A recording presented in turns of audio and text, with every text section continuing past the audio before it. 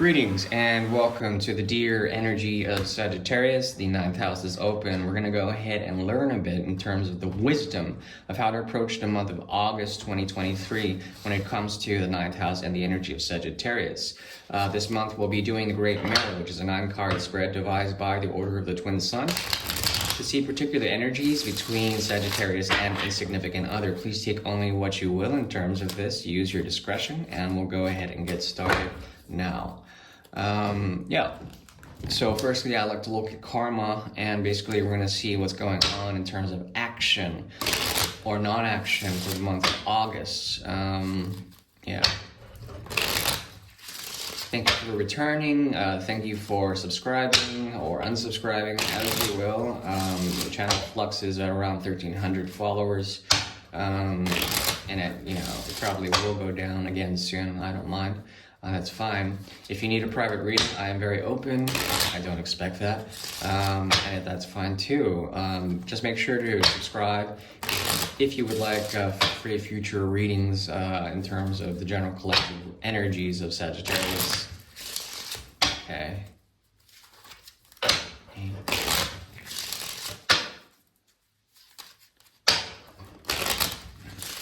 All right. 7th house is open, the 9th house. Okay. So what influences you is the sunrise and the sunset, the golden round that moves around, also Earth's relationship to that. Rahu, Ketu, and then the dark star can also influence you. Basically, this has to do with a new beginning that you seek out that is already occurring. This beginning, it occurs in terms of a platform, something that you create with others. And this could be a new beginning in terms of a work relationship, some form of relationship with another, a friendship even, camaraderie, working. The thing is that you're coming into the future, someone's coming into the past, you work together to create a structure, okay? This is a similarly sustained structure, but this person is actually here to help you to further on make a choice from that, and then to essentially walk a path, to synthesize a path. This person will come to adore you, or perhaps you can influence them in some sort of way, or perhaps you will teach them something. And essentially what comes out of it is a path of righteousness, the dharmic path. That is the 5th house, okay? 5th house is very strong in this reading. 6 of rods comes out. 4 of rods, 2 of rods, make 6 of rods, plus you have the 8 of cups here. Now you return to something very recently, something that you had to turn off for a while. This is a wellspring of emotions, and then you sought out this beginning. Now this beginning, it turns out to be a path also. So it's something that you planted, but also like it's a path that you walk on. So it's kind of like bringing in a timeline or working with 2 different timelines. You're going to be able to choose between 2 things. These 2 things have to do with expectation, letting go of expectation, also meeting tensions head on, really letting the fire guide you. I think you're going to go more with the fire guiding you, but it makes sense to take instead expectation, to let it go. Then you have the ability to get to the 5 of Pentacles. Now, the thing is that your follower will be following on a path that's very different from tradition. This has to do with breaking rules and regulations, breaking systems down, sort of getting over boundaries, and then working with this person on this path, and they will adore you for it. They will be your accolade. Just one person, I think, you can take on this journey. Now, let's go ahead and get started with the Great Mirror. And once again, this is for the month of August 2023 for the energy of Sagittarius. Okay, let's choose enough. 1, 2. Okay, so 10 of. Okay, now the interesting thing is that the 4 of Swords is coming up. No, 3 of Swords. 3 of Swords in the down right. There is a process of healing that you've gone through. This is the way. Yeah, after a Tower moment. And it gives you a sense of hope and advantage. You are able to break out and get numb of a way of thinking, no longer think of it, to move beyond it. And essentially, this is the letting go of a cycle or a psychological way of thinking about things after a Tower moment. This Tower moment probably occurred anywhere from 0 to to 4 months, 3 months, I would say 3 months of repetitive thoughts. That's fine. Tower is usually indicative of Scorpio's energy transformation through the energy of Scorpio, but what really is showing up here is, excuse me. So that was 1, 2, 3. Now these two. Okay. So that is Sagittarius. Yeah, that's Sagittarius. And this is the opposite. Okay, the Great Mirror, finally. Okay, and then the bridge sequence. Okay, this is a hot or not situation. The thing is that whoever you're dealing with is trying to negotiate how to act civil. They expect in the beginning, they expect to pull from your resources. They expect you to also have a sense of intuition, and then that intuition to be nerfed or brought down a bit. When this occurs, the 7 of Rods in reverse occurs as well. So it kind of pulls from your energy center, and I don't know if you really want that. The thing is that you are also, through this connection, able to bridge to them and then have strength be your main operating thing. The thing is that there is a dispute intestine, meaning that there's a block in the information that you get in terms of intuition here. And I think they see this, they know this. At the same time, they contribute to something by following you, by paying attention to you.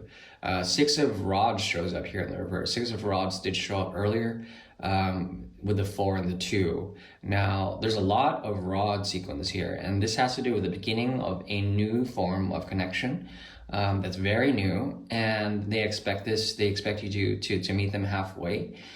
In a way, which is fine, but at the same time, they expect a lot in terms of you giving them something. And if you're not coming from a place of empowerment, and there's something that's kind of funny in terms of your intuition when it comes to this, my advice would be to take it very slow in this type of connection. The thing is that the 5th house is very much activated through the Strength card. As well, we have here the Empress and the King of Pentacles in the reverse.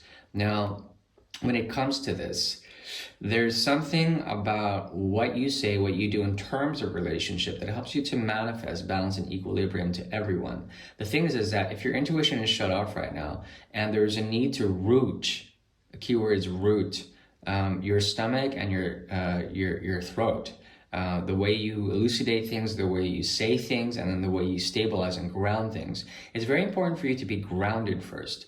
And there's something here about that being your shadow sort of bringing you down or bringing you to your knees when it comes to you finding strength, the strength to essentially know what to do. Now, I'm not gaslighting you or anything here. The cards are telling me essentially that you need to stabilize your digestive system when it comes to digesting information from others. And you should also do this as a way to provide an example of your own sovereignty, of your own empowerment. And if that requires you to essentially work with your vibration and then have them not to try to pull from you, then perhaps that would give you a sense of sovereignty, okay? What I see here is an element of good health that will be reflective of a great lineage of time and expectation in the natural sort of flow of things. I'm talking about the South Node here, the 9 of Pentacles. During Cancer season, which is occurring now essentially and is moving into the contingent month, the next month, there's something about this where the 5 of Cups shows up and the 5 and the 4 are here. The 9 of Cups shows up. So what this means is that on the DL, on the very down low about this, is that there is a very strong need to find an authentic connection. This person thinks they've found it. At the same time, they aren't sure. And it's very important for you to find the empowerment through example, okay? In a way, you're going to lead in the element of grace here. You have the controlling cards of major arcana. You have the Empress here, which is the 7 card, Appui, and then as well as La Force and Le Souverain, which is basically the Strength card. You have the ability to use the 5th and the 7th houses to manifest what you will. if you're ready for it, you will know, but then intuitively, you have to stabilize and ground your efforts. You have to find a way to really ground your energy this month. There is a way for you to pull from this, or to essentially work hard on this in a way, but the funny thing is that there's a natural fallback, and all you have to do is look to get health in order to meet this person halfway if you wanted to. At the same time, there is a shadow element here, wherein you need to find empowerment in your own grounded approach to things, your own slow approach to things through the second house. You need to work on yourself and your own reality and stabilize there in order for this to work out altogether. That's my advice when it comes to this connection. So maintain a sense of peace of mind. And if that requires you to be critical or essentially look into your own way of operating and to be silent in that critical energy, do so, because that will help you to foster a sense of empowerment, even if it is restricting you from saying or doing things. It requires you to be very reflective, okay? So use the technology of the mind to essentially ground yourself somehow this month. That's what I recommend. In terms of an underscoring energy, 10 of swords in reverse, which is basically tied to the tower that showed up earlier. Basically, what I see here is a period of restfulness, and essentially letting go. So you're moving from the Eight of Swords, which is basically a way to crystallize your thoughts, to make them known, to be very reflective, into the Ten of Swords in reverse, to eventually let those go. Libra is going to be very important in terms of gaining insight. So work on your voice and work on stability. Try to find a gravity or a center point to zero in on, a 0 point. With your own sort of relation to the world, okay? That's the very best I can do for this month. I do wish you well. Thank you. Bye-bye.